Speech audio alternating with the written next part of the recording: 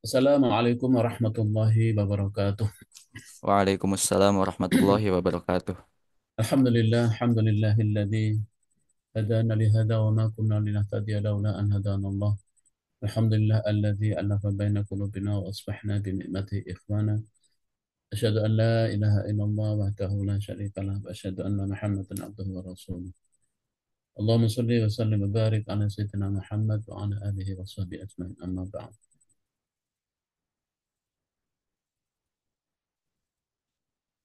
Segala puji hanya milik Allah Subhanahu wa taala, Tuhan yang Maha Rahman dan Rahim.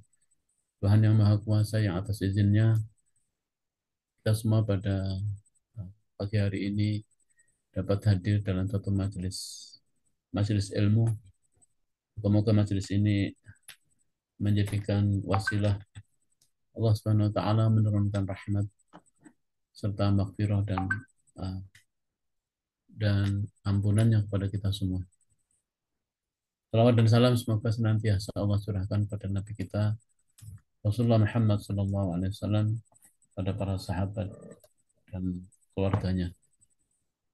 Alhamdulillah pada pagi hari ini kembali kita sama-sama dapat hadir untuk belajar bersama mentadabburi ayat-ayat Allah, karena mentadabburi ayat-ayat Allah adalah bagian yang tidak terpisahkan dari rukun iman kita, yaitu iman kepada Allah, iman kepada Rasulnya, iman kepada kitab-kitab Allah, iman kepada Al-Quranul Karim. Hadirin jamaah rahimakumullah, eh, Al-Quran ini adalah kitab yang Allah turunkan pada Nabi Muhammad, kitabun anzalna ilaika. Al-Quran ini diturunkan kepada Muhammad, ya. Mubarakun, penuh dengan keberkahan.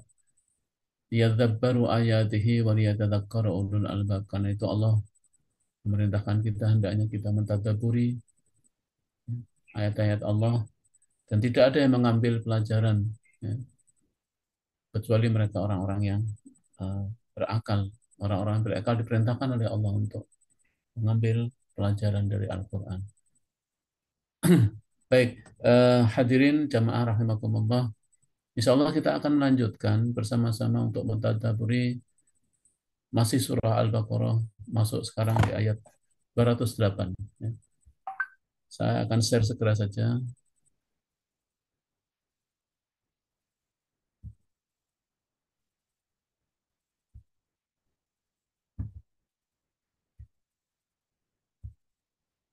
Baik, hadirin jamaah rahimakumullah.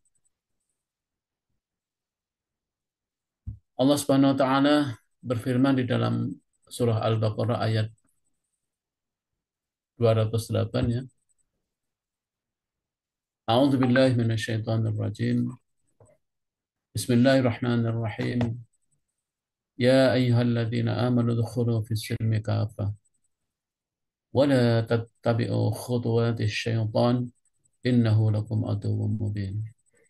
Yang artinya, wahai orang-orang yang beriman, wahai orang-orang yang mukmin, udkhulu, masuklah. Masuklah kalian semua fis silmi kafah.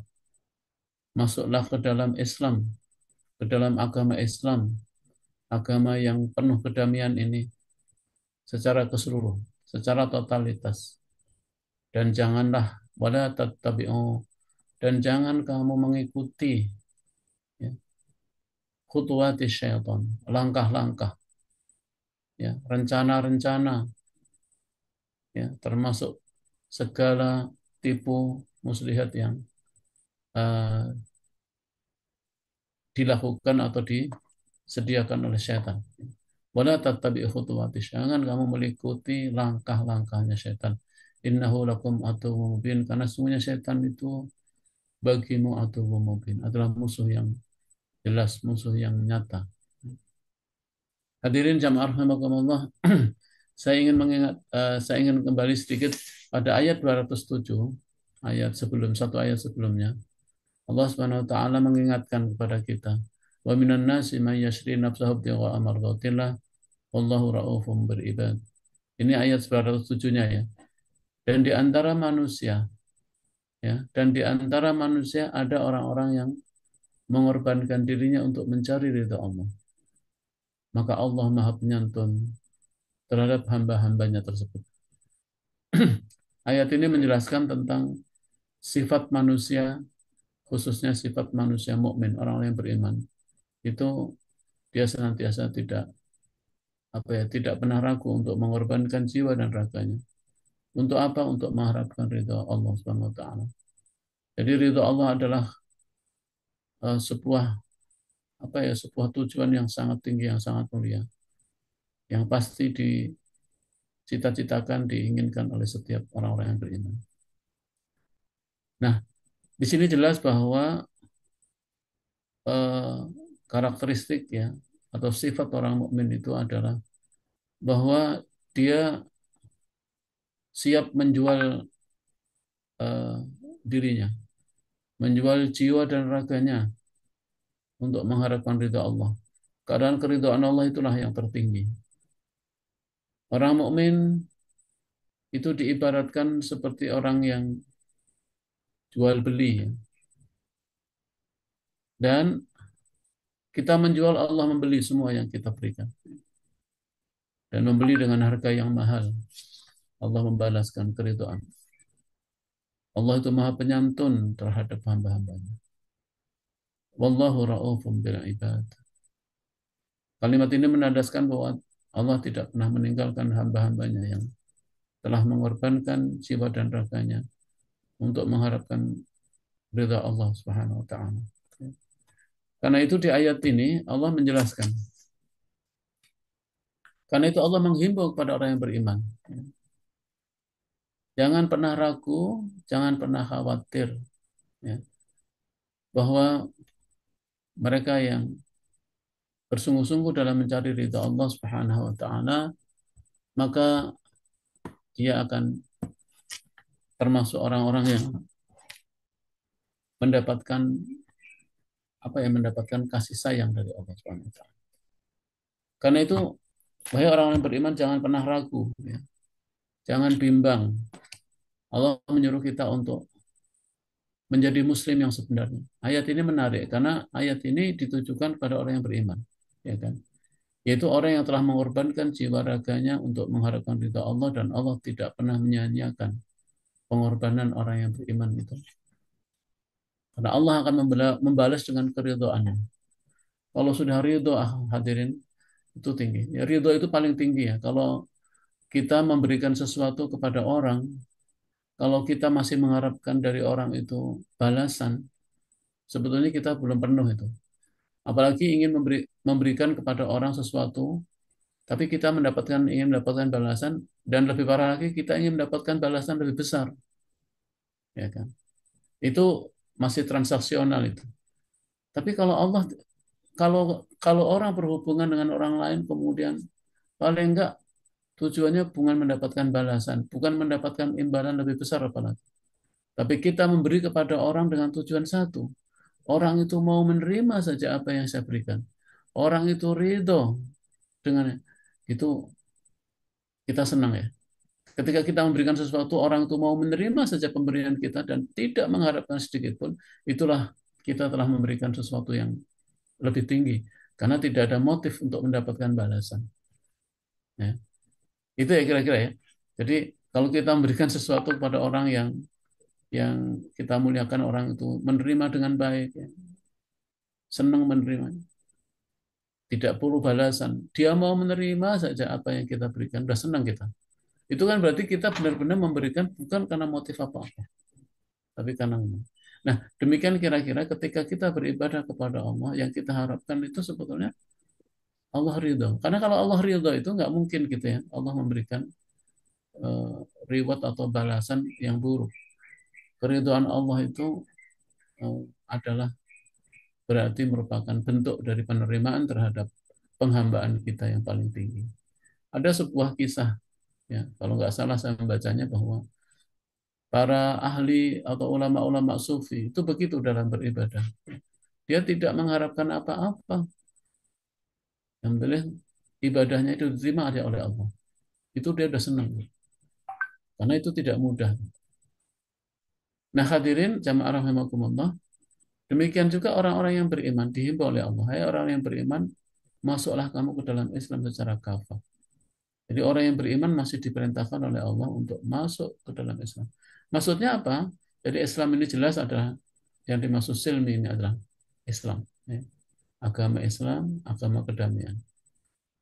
Nah, ini perintah kepada mukmin untuk menyerahkan diri secara totalitas, tak menyerahkan ketaatan secara totalitas, tidak setengah-setengah dalam semua urusan, baik urusan pribadi maupun urusan yang lain, yaitu menyerahkan diri secara totalitas kepada Allah yang Maha Kuasa, yang maha kuat, yang maha perkasa.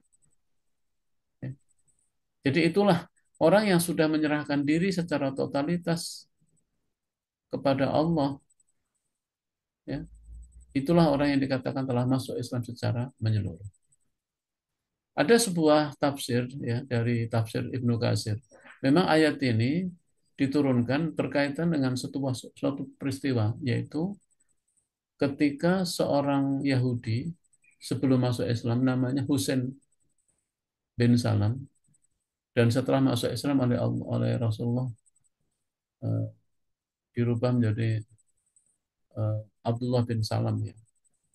Dia itu seorang tokoh Yahudi, dan katakanlah ulamanya Yahudi gitu, ya. Yahudi di Mekah waktu itu, di Madinah. Jadi karena dia banyak membaca Taurat, ya, banyak membaca kisah-kisah di dalam Taurat, dan dia termasuk juga, tentu karena membaca Taurat, dia termasuk orang yang taat, ya, orang yang soleh di kalangan orang-orang Yahudi itu dalam hal menjalankan agamanya. Tapi begitu dia mendengar bahwa ada nabi terakhir yang sudah diturunkan oleh Allah dan dia sekarang ada di Mekah dan hendak menuju ke Madinah, dia siap-siap ingin menyambut bersama-sama dengan orang-orang Ansor dan orang Muhajirin yang juga telah datang sebelumnya untuk menyambut Nabi di Madinah. Nah, Husain bin Salam ini itu dia serius. Dia ikut menyambut kedatangan Nabi di pintu atau di pinggiran kota Madinah. Kemudian eh, motivasinya dia adalah satu, ingin membuktikan apakah benar Muhammad ini adalah Rasul terakhir, tentu dengan tanda-tandanya, ya kan. Jadi begitu dia datang, dia amati gerak-gerik Nabi itu, sedang naik onta kan kendaraan, kemudian Nabi itu menyapa satu-satu, apa ya, memandangi orang-orang yang telah menyambutnya itu, sekeliling yang nggak ada satupun yang terlepas, dia pandangi satu persatu orang-orang yang telah menyambut Nabi itu. Nabi tatap mukanya satu-satu. Mungkin salah satu yang ditatap itu adalah juga Husain bin Salam ini, tokoh Yahudi yang belum masuk Islam waktu itu. Kemudian setelah Rasulullah menyapa mereka satu persatu dengan memandangi mereka, kemudian Rasulullah baru turun dari eh, apa namanya, onta kan waktu itu, ya. Begitu turun dari onta itu, kemudian Rasulullah memandang mereka kembali sambil berkata, ini kata-kata yang paling terkenal ketika Nabi sampai di Madinah. Apa kata Rasul? Ayuhan nas, afsus salam, wa at'imut ta'am, wasilul arham, wasallu bil lail, wan nasu yanam, tadkhulul jannata bisalam. Itu kalimat pertama. Dan kalimat ini yang ditunggu-tunggu oleh Husain bin Salam ini, tokoh Yahudi ini. Dia ingin tahu bagaimana sih seorang nabi itu ketika pertama ketemu dengan umatnya, apa yang diucapkan. Dia catat benar. Begitu Nabi datang dengan wajah yang berseri-seri seperti itu saja, itu spontan, ya. Abdullah bin Salam itu mengatakan begini, atau Husain bin Salam ini, laisa wajhul kadzab. Melihat wajah Nabi saja, dia sudah tahu bahwa wajah itu wajah seorang Nabi. Dia komentarnya apa? Laisa wajhul kadzab. Wajahnya bukan wajah seorang pendusta. Nah, itu komentarnya. Jadi dari wajahnya saja, itu Nabi sudah dikomentari oleh Husain bin Salam ini adalah dia adalah seorang manusia yang jauh dari sifat pendusta. Tidak tampak dari wajahnya sebagai seorang pendusta. Jadi rupanya kelihatan, ya, dari wajah itu pendusta dan bukan itu kelihatan. Nah, ini mangkuk ini. Kemudian tadi, lalu dia datang, kemudian Nabi berpidato, ayuhan nas tadi. wahai manusia, sebarkan oleh kamu salam. Itu kata Nabi. Salam, afsus salam. Kemudian wa'at ta'am. Yang kedua perintah Nabi. Jadi kalimatnya ayuhan nas, wahai manusia, sebarkan salam. Kemudian beri makan kepada manusia. Kemudian wasilul arham dan sambunglah silaturahim. Dan yang ketiga yaitu sawasallu billail. Salatlah di waktu malam ketika manusia tidur. Tadkhulul jannata bisalam. Kamu akan masuk ke dalam surga bisalam dengan penuh kesejahteraan, dengan penuh keselamatan. Kemudian melihat komentar seperti itu, kemudian Abdullah bin Salam ini maju ke depan. Kemudian dia mengajukan beberapa pertanyaan. Beberapa pertanyaan diantaranya dia bertanya, karena kalau Nabi pertanyaannya beda kan ya, ditanyalah apa tanda-tanda kiamat, kapan kiamat itu datang. Rasulullah mengatakan bahwa yang tahu tentang kapan datangnya kiamat itu hanya Allah. Tapi kalau tanda-tandanya Rasulullah menjelaskan. Kemudian sampai ada pertanyaan, apa yang dimakan pertama oleh penduduk surga nanti? Itu pertanyaan yang sulit, nggak mungkin dijawab oleh orang lain. Makanya dia pertanyaan pada Nabi.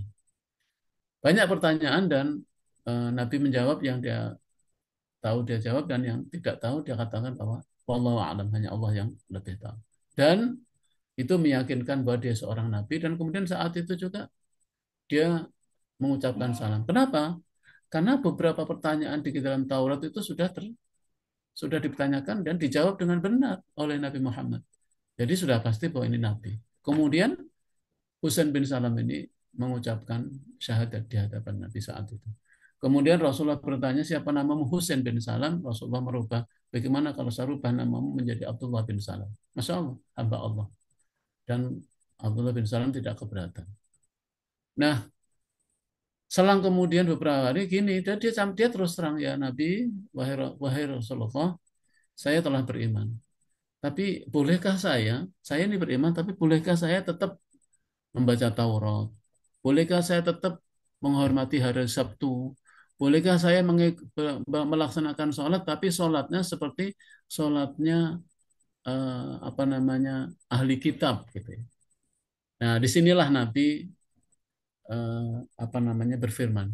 Ini kata Ibnu Abbas di dalam tafsir Ibnu Katsir. Kemudian Rasulullah apa namanya menyampaikan kepada Abdullah bin Salam selang beberapa hari ya setelah itu turunlah ayat ya ayyuhalladzina amanu dkhulu fis silmi kafah. Wahai orang yang beriman yang telah beriman udkhulu fis silmi kafah. Masuklah ke dalam Islam secara kafah. Ya. Dan jangan kamu mengikuti setan. Jadi kalau orang itu tidak masuk ke dalam Islam secara kafah, sebetulnya dia telah mengikuti langkah-langkah setan. Karena itu kepada Abdullah bin Salam tadi yang ingin masih membaca Taurat, yang masih ingin menghormati kebiasaan-kebiasaan Yahudi dan kemudian masih ini dilarang oleh Rasulullah. Masuk ke dalam Islam secara kafah, totalitas, ya kan? Kenapa? Karena kalau tidak totalitas itu berarti ada jiwa pemberontak di dalam diri. Ada sebagian orang memberontak dalam keraguan dalam melakukan ketaatan, ya.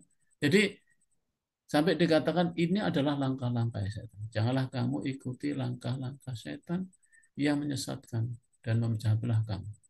Sungguhnya setan itu adalah musuhnya nyata. Begitu hadirin. Karena itu kitab ayat ini itu berlaku umum sebetulnya, walaupun asbabun nuzul sebagian mufasir mengatakan ada asbabun nuzul, tapi ayat ini sudah berlaku umum. Kepada siapa? Pada kita. Kita semua telah beriman kepada Allah, beriman kepada malaikat, beriman kepada Rasul, beriman kepada kitab-kitab, beriman kepada qada dan qadar, beriman kepada hari kiamat. Maka mereka semua yang beriman masih diperintahkan oleh Allah untuk masuk Islam secara kafah. Kenapa? Karena memang faktanya begitu. Ya. Ada orang-orang yang beriman, ya kan, yang apa ya, yang masih melakukan perbuatan maksiat. Ya. Makanya orang orang beriman itu dibagi tiga ya. Kalau dalam surat Fatir itu ada yang orang yang beriman yang istilahnya itu zalimul li nafsi, dia masih menzalimi dirinya. Jadi ada orang yang beriman tapi masih suka maksiat, masih melakukan perbuatan dosa. Itu fakta, ya. Kemudian ada yang kedua orang yang beriman tapi dia apa ya biasa-biasa saja Dan yang terakhir itu golongan yang beriman yang paling terakhir itu adalah orang yang terdepan di dalam kebaikan. Jadi dia menerima Islam dengan totalitas, bersemangat untuk melaksanakan dengan ikhlas, dengan tulus, ya. Bahkan dia terus ingin meningkatkan kapasitas keislamannya. Inilah yang diharapkan, hadirin. Jadi masuklah Islam ke dalam kafah itu adalah hendaknya orang-orang yang beriman itu menyerahkan diri secara totalitas dan taat totalitas kepada Allah Subhanahu wa taala. Karena apa? Karena Allah memahami bahwa hanya orang Islam yang masuk Islam secara totalitas yang selamat. Orang-orang Islam yang masuk ke dalam Islam secara kafah yang dapat apa namanya eh, yang dapat menghadapi godaan setan. Jadi kalau kita setengah-setengah itu berarti setan sudah masuk dalam diri kita. Ya. Makanya dilarang kalau bisa jangan setengah-setengah. Karena ada orang yang begitu ya. Ada yang eh, Islamnya itu hanya setengah-setengah. Dan inilah yang diingatkan oleh Allah dengan ayat ini. Masuk kamu ke dalam Islam secara kafah kalau ingin kamu selamat. Ya. Dan jangan sekali-kali mengikuti langkah-langkah setan. Setan itu kan, ini kalau ayat mengatakan wala tattabi'u, jangan kamu mengikuti.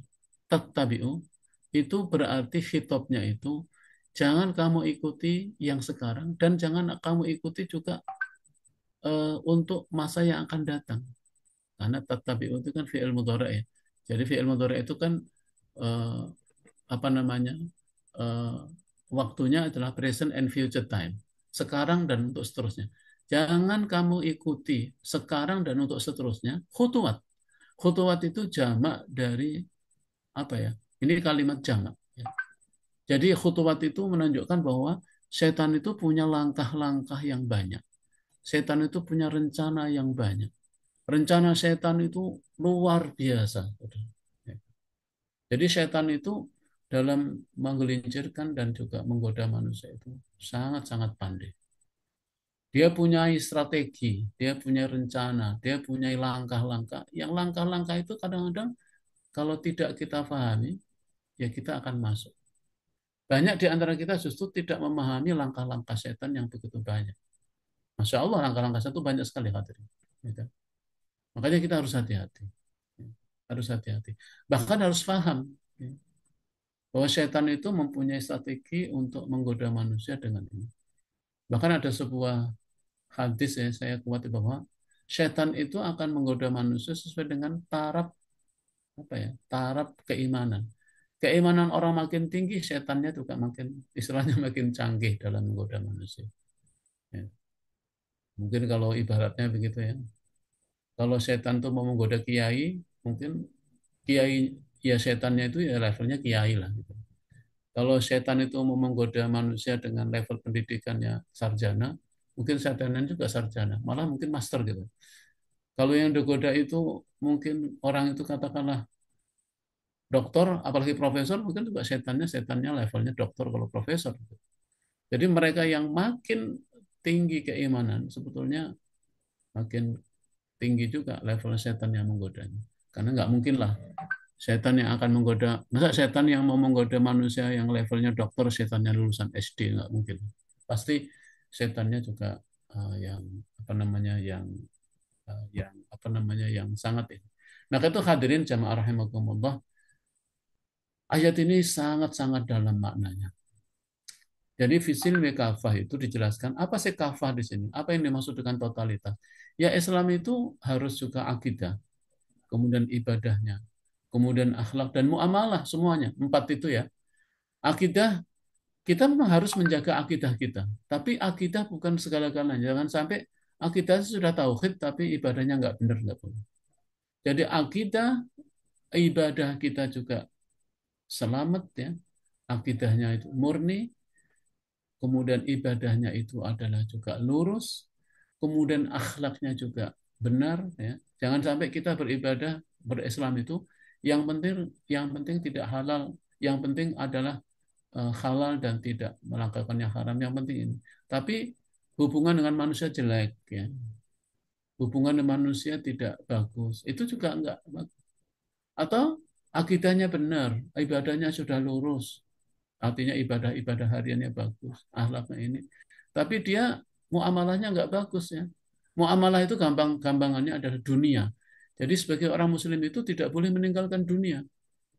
Karena dunia itu kan sudah kita bahas pada pertemuan 2 minggu yang lalu, bahwa dunia itu juga bagian dari modal.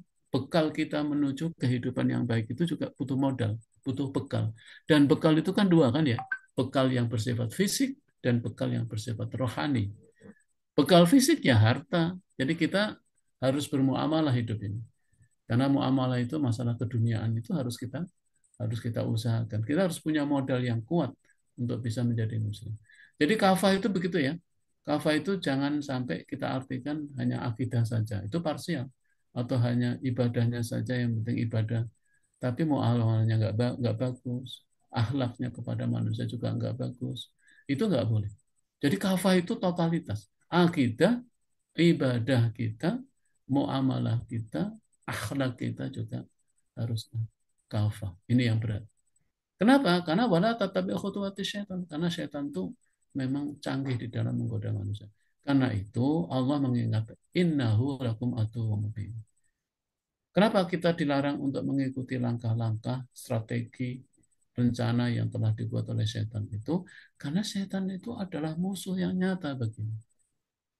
Kalau yang namanya musuh ya jadikan musuh. Kita ini kan sering udah tahu bahwa setan itu musuh yang nyata bagimu, tapi jadikan kawan, dijadikan teman, dijadikan sahabat.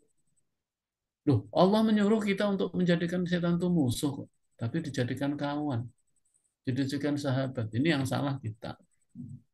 Makanya sekali Allah mengatakan bahwa setan itu adalah musuh yang nyata bagimu, jadikan dia musuh. Jangan jadikan kawan, dan jadikan teman.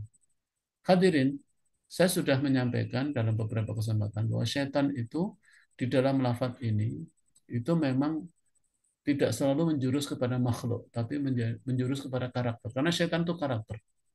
Setan itu eh, merupakan sifat karakter yang ada pada jin dan manusia. Setanul jin wal ins. Ya, setan dari golongan jin dan eh, apa namanya manusia. Ya.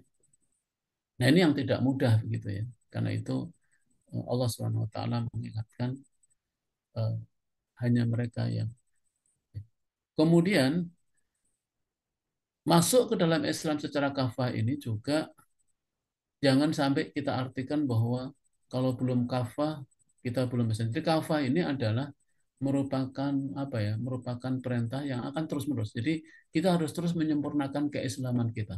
Kita sudah beriman, tapi kita diperintahkan oleh Allah untuk terus masuk Islam, agama ini dengan totalitas. Ya. Kalau kita belum bisa melakukan sesuatu, tapi tidak boleh kita menolak kebenaran Al-Quran sedikit pun. Ya. Kita akui kalau kita belum bisa melakukan secara totalitas tadi, mulai dari akidah, ibadah, akhlak, muamalah kita belum secara Islam, belum mengikuti aturan-aturan di dalam agama ini, maka kita harus akui kita belum mampu, tapi kita nggak boleh untuk mengatakan bahwa apa ya mendustakan uh, apa namanya uh, ajaran dalam Islam ini, walaupun kita belum mampu melakukan.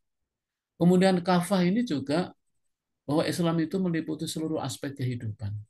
Jangan sampai kita begini, yang penting saya Islam, terserah itu terjadinya korupsi, perzinaan, cuek gitu. Nah ini nggak boleh dalam dakwah, itu kita harus juga care terhadap persoalan ini. Karena kafah ini, totalitas ini mencakup seluruh aspek kehidupan yang kita jalani ini.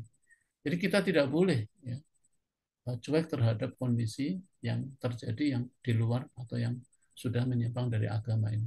Dalam aspek dakwah kita harus mengingatkan mereka. Ya kan? Kita harus turut untuk berdakwah memerangi kemungkaran. Karena itu bagian dari Islam yang kafah. Jadi bukan saja amar ma'ruf terus berhenti, yang penting saya melaksanakan apa yang diperintahkan.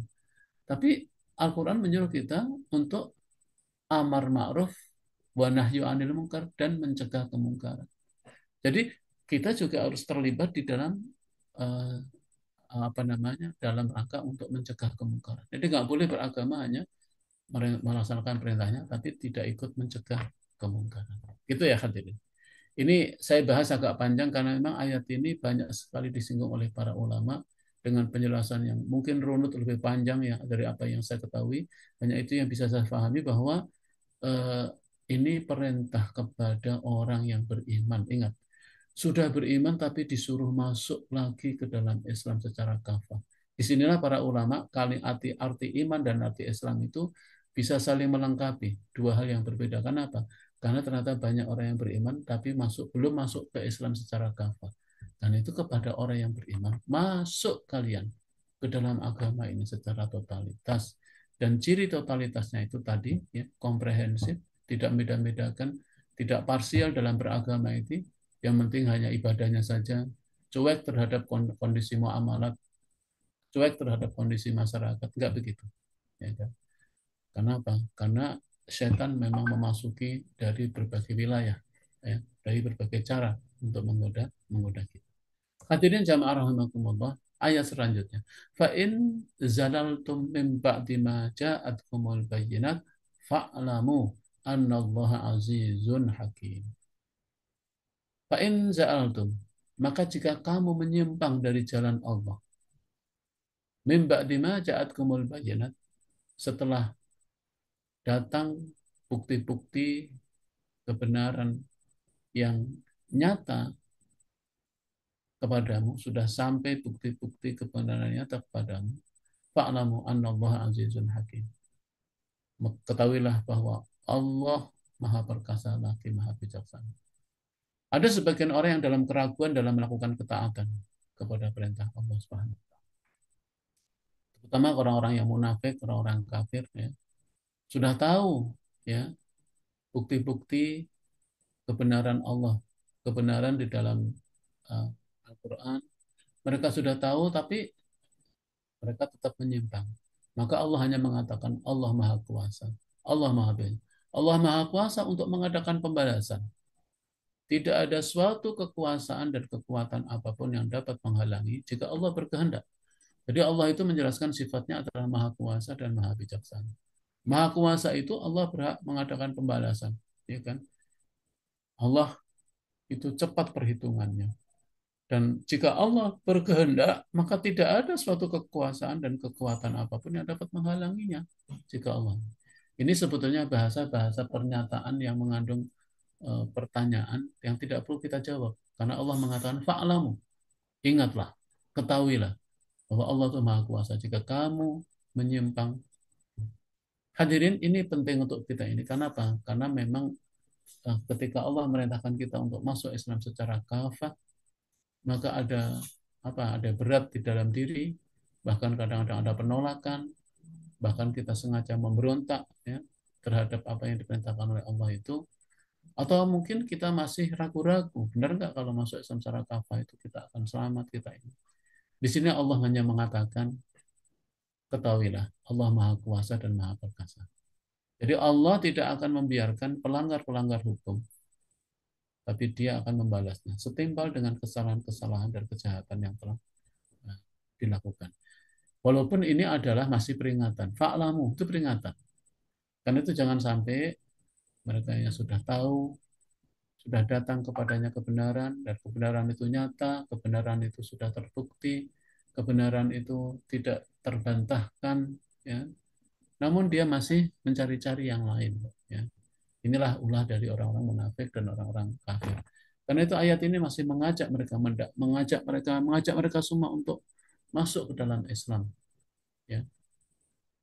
Karena apa? Karena uh, Allah Subhanahu wa taala itu Maha mengetahui, ya. Mengetahui di dalam hati-hati mereka. Allah itu Maha uh, Maha mendengar. Allah itu Maha uh, Maha uh, bijaksana, ya, terhadap apa yang mereka. Jadi ayat ini juga menegaskan ya bahwa kita memang akan menghadapi hidup ini yang sangat tidak menentu, ya. Hidup yang penuh dengan fitnah, hidup yang penuh dengan tantangan, hidup yang penuh dengan apa ya, dengan tipu muslihat itu pasti akan dihadapi oleh orang-orang yang beriman. Menghadapi kondisi seperti itu hanya satu bekal yang harus kita ambil, yaitu bekal takwa. Jadi bekal yang paling tepat, yang paling baik untuk menghadapi kondisi ini adalah ketakwaan. Hanya takwa yang menjadi benteng terakhir kita di dalam menghadapi berbagai macam gempuran tipu muslihat dari setan dan bala tentaranya ini, itu adalah meningkatkan ketakwaan, meningkatkan ketaatan kita kepada Allah Subhanahu wa taala. Tidak ada jalan lain, hadirin. Tidak ada yang mampu. Makanya Allah menyuruh kita ke orang yang beriman itu masih disuruh masuk ke dalam Islam secara kafah. Karena kalau tidak kafah, kita masih ada peluang untuk digoda oleh setan. Karena ayatnya wala tattabi'u khutuwatis setan. Jangan beri kesempatan setan ya, untuk masuk ke dalam diri kita, karena kalau sampai itu kita beri kesempatan, kita yang akan celaka. Ini Allah mengingatkan. Ya. Fa'in zalaltum min ba'di ma ja'atkumul bayyinah. Kemudian di dalam ayat berikutnya Allah Subhanahu wa taala berfirman, hal yang turuna illa ayyatiyahumullahu fi dhulalin minal ghamami wal malaikati wa qudiyal amr wa ilallahi turja'ul umur. Ya. Hal yang turuna illa ayatihim. Tidak ada yang mereka tunggu-tunggu ya, pada hari kiamat. Ya. Tidak ada yang mereka tunggu-tunggu pada hari kiamat. Maksudnya tidak ada yang mereka tunggu-tunggu, wahai para pemaksiat, wahai para orang-orang yang tidak melaksanakan Islam, orang-orang yang melanggar perintah.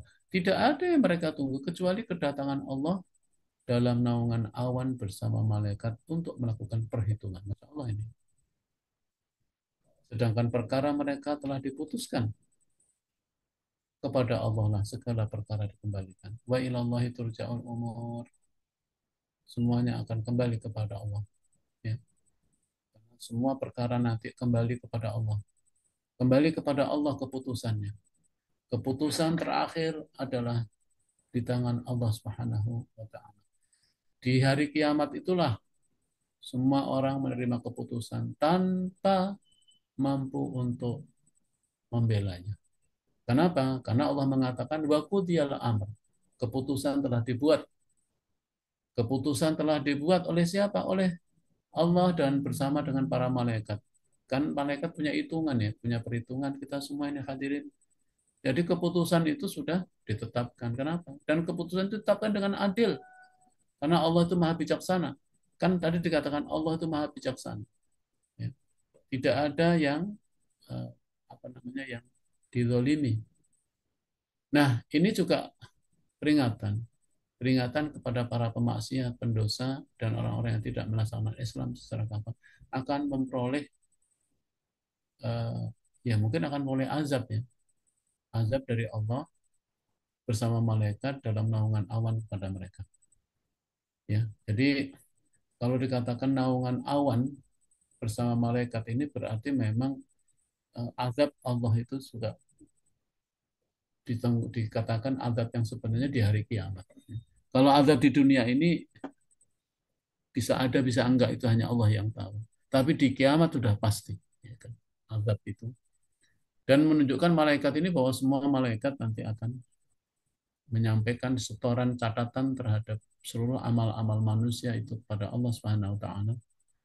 Jadi bagaikan naungan awan bersama malaikat ini artinya bahwa Allah Subhanahu wa taala itu uh, maha cepat perhitungannya, dan semua malaikat itu akan menyerahkan semua catatan dari makhluk-makhluknya kepada Allah. Lalu dari catatan itulah kemudian Allah melakukan perhitungan. Allah melakukan perhitungan untuk melakukan perhitungan, dan dari perhitungan itulah Allah membuat keputusan. Jadi perkara mereka telah diputuskan. Ya. Dan keputusan Allah adalah keputusan yang terbaik, yang adil. Karena Allah itu adalah maha adil. Allah mempunyai sifat keadil-adilnya.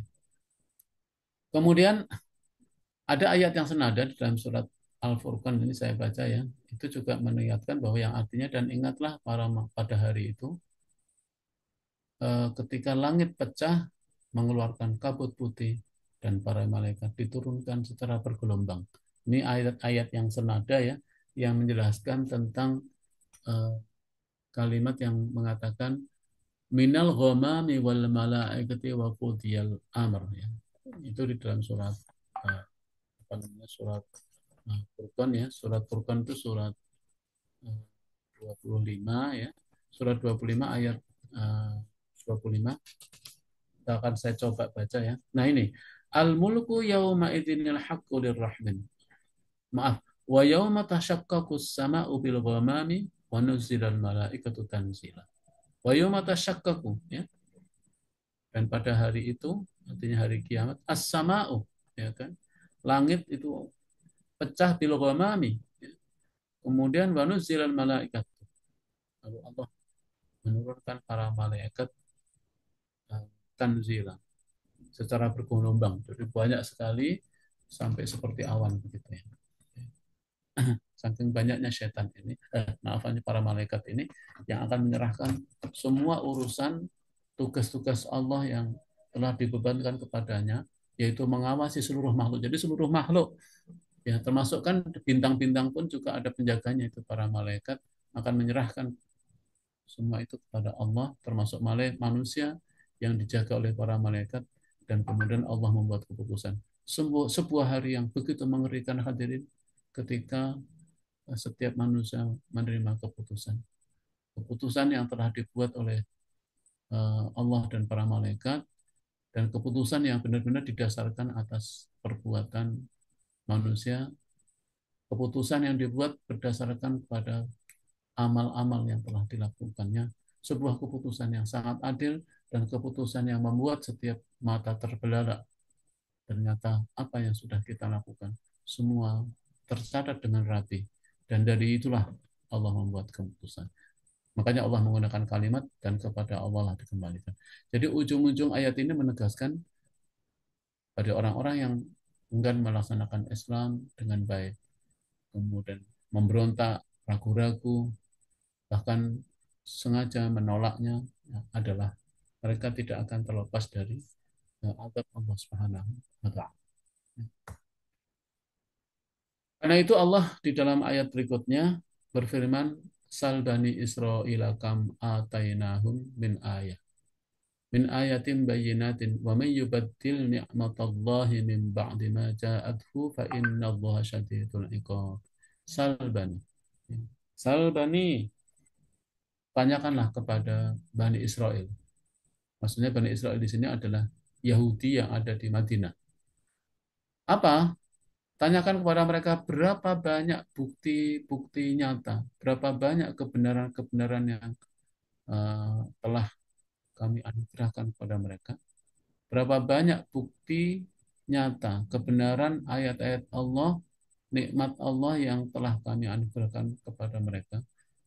Siapa yang menukar nikmat Allah dengan kekufuran setelah nikmat itu datang kepadanya, sesungguhnya Allah itu maha keras hukumannya. Ini hadirin. Jadi ayat tadi itu peringatan. Nah, ayat ini itu menegaskan tentang bukti. Tanyakan tuh pada orang yang sudah pernah mendapat nikmat, yaitu orang-orang Yahudi Bani Israel. Terutama kepada perintah ini kepada pada Yahudi Madinah ketika itu. Tanyakan pada nenek moyangmu yang dulu ketika bersama Nabi Musa, bersama Nabi Yusuf alaihissalam. Allah telah memberikan banyak nikmat. Nikmatnya kan banyak sekali pada Yahudi kan sudah kita bahas. Mulai dari Allah menyelamatkan mereka dengan dibelahnya lautan. Sehingga orang-orang Bani Israel bisa melewati lautan itu dari kejaran Fir'aun. Dan mereka diselamatkan oleh Allah sementara Fir'aun ditenggelamkan. Nikmat itu. Dan mereka tahu itu kisah itu. Kemudian nikmat yang lain apa? Allah mengangkat apa namanya Bukit Sur di atas pundak-pundak mereka. Allah memberikan kepada mereka makanan manna wa salwa ketika sampai di perbatasan itu, ya, perbatasan di Palestina. Kemudian nggak ada makanan, mereka minta, Musa, kami nggak bisa makan apa-apa ini. Lalu Nabi Allah minta kepada Allah, Allah menurunkan manna wa salwa. Jadi manna wa salwa ini makanan yang tiba-tiba ada, mulai dari madu ya, kemudian berbagai macam hewan. Ya tiba-tiba Allah menurunkan burung puyuh yang banyak ya. Ada yang mengatakan begitu. Burung puyuh ini menghasilkan telur. Ya. Mereka ini. Tapi dasar orang-orang Yahudi nggak mau bersyukur. Ya. Dia bandingkan, yang ada di sini nggak kayak yang di Mesir gitu kan. Ada buah-buahan, ada sayuran. Itu orang-orang ini. Jadi banyak sekali mereka ini minta. Apa yang terjadi hadirin? Ya. Allah mengingatkan, barang siapa menukar nikmat Allah. Apa nikmat Allah itu? Nikmat Islam, nikmat iman, dan nikmat-nikmat yang sudah banyak tadi itu, menukarnya dengan kekufuran setelah nikmat itu datang kepadanya, maka sungguh Allah sangat keras hukumannya. Jadi hadirin, ini kisah supaya jadi pelajaran bagi kita. Walaupun ini adalah mengingatkan kita tentang Bani Israel, orang-orang Yahudi yang sudah diberikan oleh Allah banyak nikmat, tapi mereka tetap melakukan maksiat, dosa, melanggar, memberontak pada Allah hanya karena keduniaan. Ini maka ini. Jadi banyak mereka yang telah menukar apa namanya, menukar petunjuk dengan dunia. Apakah itu hanya orang-orang Yahudi? Enggak. Orang-orang yang bukan Yahudi juga udah banyak yang melakukan itu, bahkan telah menjadikan dunia itu sebagai tujuan hidup. Maka Allah mengingatkan ayat ini bahwa contoh Bani Israel adalah contoh bagaimana uh, apa namanya Bani Israel itu rusak akidahnya, rusak imannya karena pengaruh keduniaan. Makanya diingatkan nih, bisa dibaca nanti dalam surah Ibrahim ayat 28 dan 29 juga mengingatkan hal yang sama. Kemudian yang terakhir saya ingin menyampaikan masih kaitan ini, zuyyina lilladzina kafarul hayatud dunya wa yaskharuna minal ladzina amanu wal ladzina taqaw fawqahum yaumil qiyamah wallahu yarzuqu man yasha'u bighairi hisab. Zayyina lilladzina kafaru. Kehidupan dunia ini dijadikan terasa indah dalam pandangan orang-orang yang kufur. Dan mereka, orang-orang kufur itu terus-menerus menghina orang-orang yang beriman. Ya. Padahal orang-orang yang bertakwa, walladzina taqaw, padahal orang-orang yang bertakwa itu kedudukannya berada di atas mereka nanti di hari kiamat. Walladzina taqaw fawqahum yaumal qiyamah. Kedudukan orang-orang yang bertakwa itu sesungguhnya di atas mereka nanti di hari kiamat. Wallahu yarzuqu man yasha'u bighairi hisab. Allah itu memberi rezeki kepada orang yang dia kehendaki tanpa perhitungan. Masya Allah ya. Ini adalah Allah mengingatkan kehidupan dunia ini memang dijadikan indah oleh Allah, dijadikan terasa indah oleh Allah dalam pandangan orang-orang kafir. Sehingga sampai mereka berhenti. Mereka lupa diri. Mereka diperbudak oleh dunia dan orientasi kehidupannya hanya dunia. Jadi kalau orang itu sudah terasa indah di suatu tempat, orang itu biasanya malas untuk pergi ya. Bahkan malas untuk meneruskan perjalanan, bahwa perjalanannya bukan di dunia, perjalanan itu di akhirat. Tapi karena terlalu lama berhenti di dunia, dia lupa. Ya. Bahkan tenggelam di dalamnya. Na'udzubillah. Nah, Allah mengingatkan, jangan seperti itu. Kalau masih seperti itu, ya itu kita apa bedanya dengan orang-orang kufur. Kalau orang kufur memang ya tujuannya dunia, orientasinya dunia, maka dia diperbudak oleh dia. Kita diingatkan jangan berhenti sampai di dunia. Kita lupa melakukan perjalanan panjang lebih jauh lagi, yaitu melakukan perjalanan yang lebih panjang pada yaumil akhir. Kemudian orang-orang Yahudi kadang-kadang menganggap atau orang-orang kafir itu menganggap orang Muslim itu orang yang hina. Maka mereka tidak pernah berhenti menghina mereka. Mungkin karena faktor ekonominya orang-orang Muslim ini banyak yang miskin, orang-orang Muslim banyak yang melarat. Mereka bangga dengan dunianya sehingga menganggap rendah orang lain. Padahal Allah mengatakan orang-orang mukmin, orang yang bertakwa itu fauqahum, kedudukannya lebih tinggi di hadapan Allah Subhanahu wa taala. Hadirin, mungkin itu yang bisa sampaikan pada kesempatan pagi hari ini. Semoga kajian ini bermanfaat bagi kita semua dan semoga Allah menguatkan ya tekad kita untuk eh, meningkatkan dan menjadi Muslim yang kafah. Saya kembalikan kepada MC pada Fadli.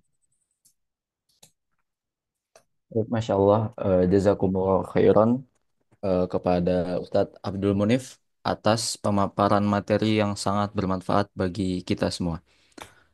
Kemudian selanjutnya adalah sesi tanya jawab bagi hadirin yang ingin bertanya kepada pemateri dapat bertanya melalui chat box ataupun eh, melakukan open mic.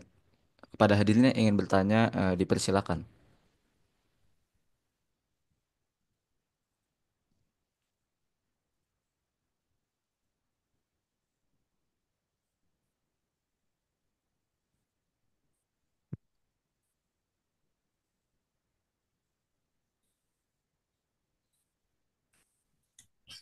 Kemudian sambil menunggu sesi tanya jawab, hadirin dapat mengisi link presensi yang akan dibagikan di chat box.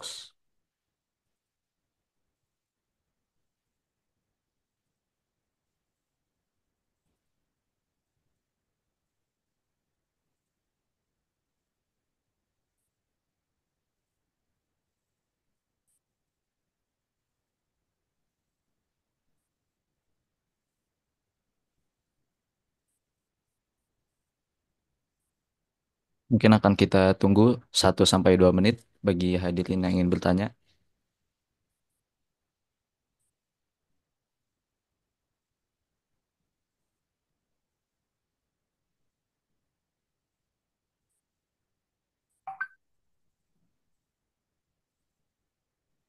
Baik, kalau tidak ada yang ingin bertanya, saya izin bertanya, Ustadz. Tadi kan di surat Al-Baqarah itu ya ayat 208 Allah berfirman ya ayyuhalladzina amanu dukhulu fisilmi kafah. Ya artinya orang-orang yang beriman itu diperintahkan untuk masuk ke dalam Islam secara kafah. Berarti orang-orang itu beriman dulu kemudian belum Islam secara kafah. Namun di ayat lain di surat Al-Hujurat Allah juga berfirman qalatil a'rabu aman ya. Jadi pada saat itu orang-orang Arab Badui berkata, kami telah beriman. Kemudian Allah berfirman melanjutkan, "Qulam tu'minu walakin qulu aslamna walam yadkhulil imanu fi qulubikum." Jadi Allah berfirman, kalian jangan berkata eh, eh, eh, wahai Nabi Muhammad, katakanlah bahwasanya kalian belum beriman, kalian tapi katakanlah bahwasanya kalian itu baru Islam. Nah, Prof, di sini saya sedikit bingung. Jadi sebenarnya tingkatannya itu lebih dulu Islam atau iman? Mungkin sekian pertanyaan saya. Ya, baik Fadli, betul. Jadi ada di alam ayat yang lain bahwa orang-orang waktu itu orang-orang Arab Badui ya yang datang kepada Nabi yang mengatakan telah beriman, tapi Rasulullah mengatakan kalian belum beriman, katakanlah kami telah. Pertanyaan mana Islam dulu ataukah beriman dulu? Konteksnya agak berbeda. Kalau ayat eh, ayat apa namanya ayat yang surat Al-Baqarah ini adalah yaitu perintah kepada orang-orang yang memang telah beriman ya. Telah beriman. Kalau telah beriman sebetulnya orang itu telah berserah diri kepada Allah tapi belum totalitas. Makanya ada kafah di ayat ini. Kafah ya kan. Jadi kalau dikatakan orang itu Islam dulu, orang itu pertama memang Islam ya. Islam itu artinya berserah diri, tidak ada yang tidak berserah diri. Kemudian orang itu beriman. Tapi setelah orang beriman itu, orang beriman itu harus terus di-maintain keimanan. Kan keimanan itu kan yazidu wa yangkus ya. Iman itu naik dan turun. Kalau imannya menurun, ya, kalau iman sedang menurun itu ya berarti dia sedang bermaksiat. Tapi kalau yang wajazi itu yang bitoa yang kusubil maksiat, tanda orang yang berimannya yang meningkat itu semakin taat kepada Allah. Nah, kita ingin menjadi orang yang beriman yang semakin taat. Nah, inilah maka perintah berikutnya adalah wahai orang yang beriman, ya kamu telah beriman, kamu telah berislam, tapi berislamnya secara totalitas. Jangan kamu ikuti setan, karena setan akan terus menggoda kita agar kita Islamnya semakin lemah itu dengan maksiat. Tadi kan Wa yang kusubil maksiat. Iman seseorang itu akan berkurang ketika dia semakin maksiat. Nah, maksiat itu adalah khutwati syaitan, langkah-langkah syaitan yang memang diciptakan untuk. Jadi konteks ayatnya agak berbeda ini. Ya. Jadi kalau yang surat Al-Hujurat itu memang ya apa namanya eh, dikatakan Islam dulu baru beriman. Sesuai dengan hadis Nabi ya, kullu mauludin yuladu alal is ya, ya, yuladu alal fitrah, bahwa setiap bayi yang lahir dalam fitrah. Fitrah dalam ini adalah orang itu ya Islam sebetulnya. Tapi Pak Abau ayuhadirnya ayuh. Tapi tergantung dari kedua orang tuanya dia jadi Yahudi, Nasrani atau Majusi. Ya.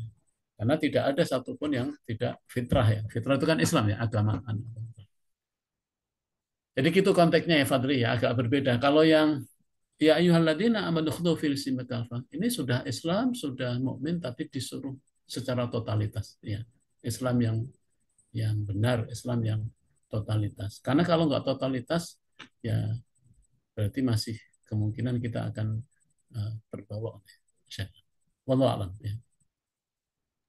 Oke, baik Prof. Berarti eh, kalau yang Al-Baqarah itu tadi konteksnya itu orang yang sudah beriman tapi diperintahkan untuk menyempurnakan Betul, Islamnya, dan yang Al-Hujurat itu berarti orang-orang yang belum belum masuk Islam masuk Islam tapi ya. sudah apa namanya, ketika masuk Islam berkata beriman padahal harusnya Islam dulu ya Prof. Belum beriman, belum beriman ya, betul. Oke, baik, terima kasih Prof atas jawabannya. Kemudian ini Prof ada pertanyaan di chat box dari Pak Ali Kusuma Dinata. Izin tanya Prof, apakah kita bisa klaim seseorang itu munafik? Apakah kita berpotensi melakukan itu sehingga kita berupaya menjauhinya? Izin pencerahannya. Ya, terima kasih ya, Mas Ali. Jadi munafik itu memang kalau di beberapa keterangan ada munafik itu munafik amali, ada munafik i'tiqadi. Jadi munafik itu bisa karena memang amal-amalnya munafik. Nah, Rasulullah sendiri mengatakan ada tiga ya ciri seorang yang munafik dari segi amalnya. Apa itu? Ya kan?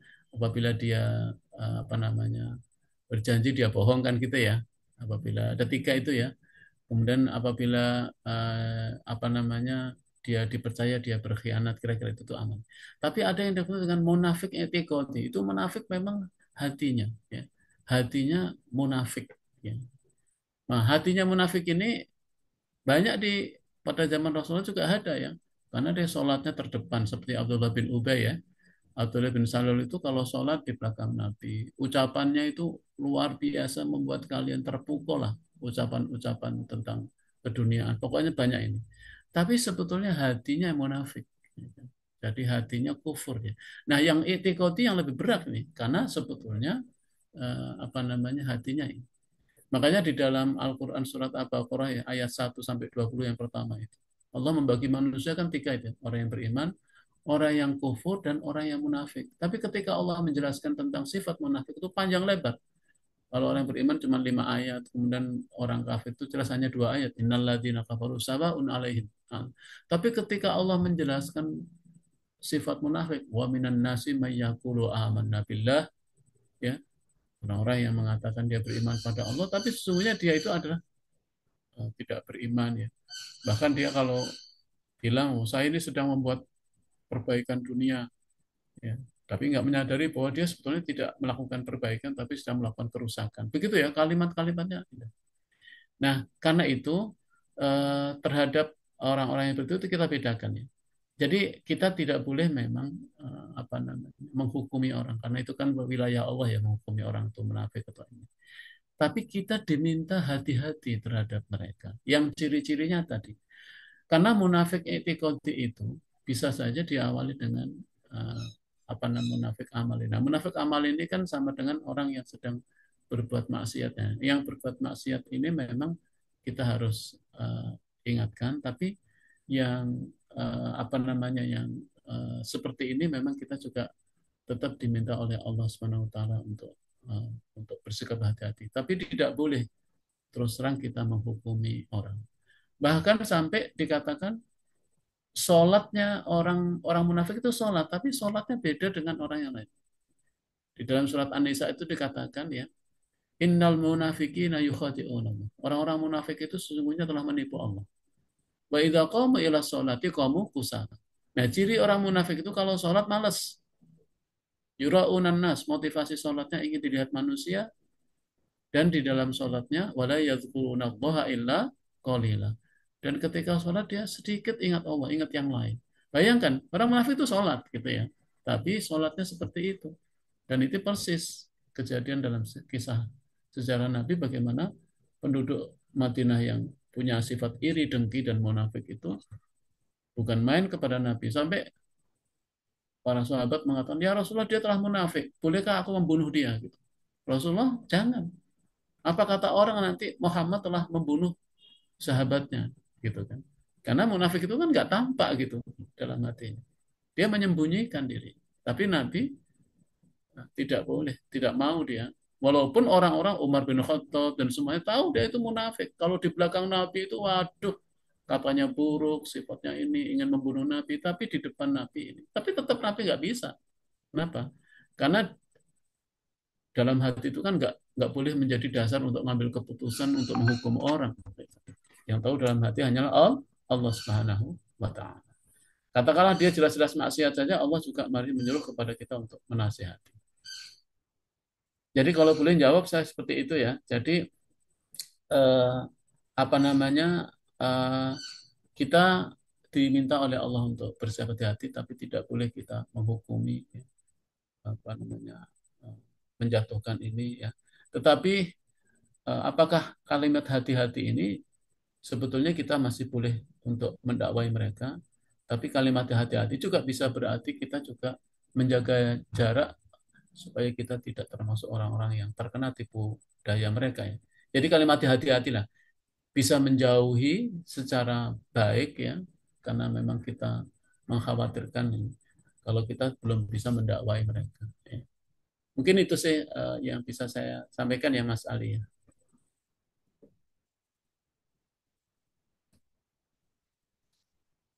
Baik, terima Mungkin kasih Prof sudah atas Mas jawabannya Badri dan ya, sudah terima jam kasih 7 ya kepada Mas. Pak Ali atas pertanyaannya. Ya baik Prof. Eh, karena keterbatasan waktu, sesi tanya jawab dicukupkan. Kemudian beralih ke cara selanjutnya yaitu doa yang akan dipimpin langsung oleh Ustadz Abdul Munif. Kepadanya disilakan. Baik, Allahumma salli wa sallim ala Sayyidina Muhammad wa ala Sayyidina Muhammad. Alhamdulillahi Rabbil Alamin. Astaghfirullahaladzim, astaghfirullahaladzim. Allahumma inna nas'aluka ridhaka wal jannah wa na'udzubika min sakhatika wan nar. Allahumma inna nas'aluka salamatan fid din wa afiyatan fil jasad wa ziyadatan fil ilmi wa barakatan fil rizqi wa tawbatan qabla al-maut wa rahmatan indal maut wa maghfiratan ba'dal maut. Allahumma hawwin alaina fi sakaratil maut wa najatan minan nar wal ahwa'i dhanisat. ربنا آتنا في الدنيا حسنة وفي الآخرة حسنة وقنا عذاب النار وأدخلنا الجنة مع الأبرار يا عزيز يا غفار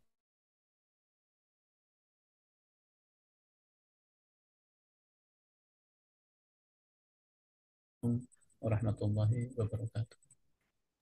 Waalaikumsalam warahmatullahi wabarakatuh.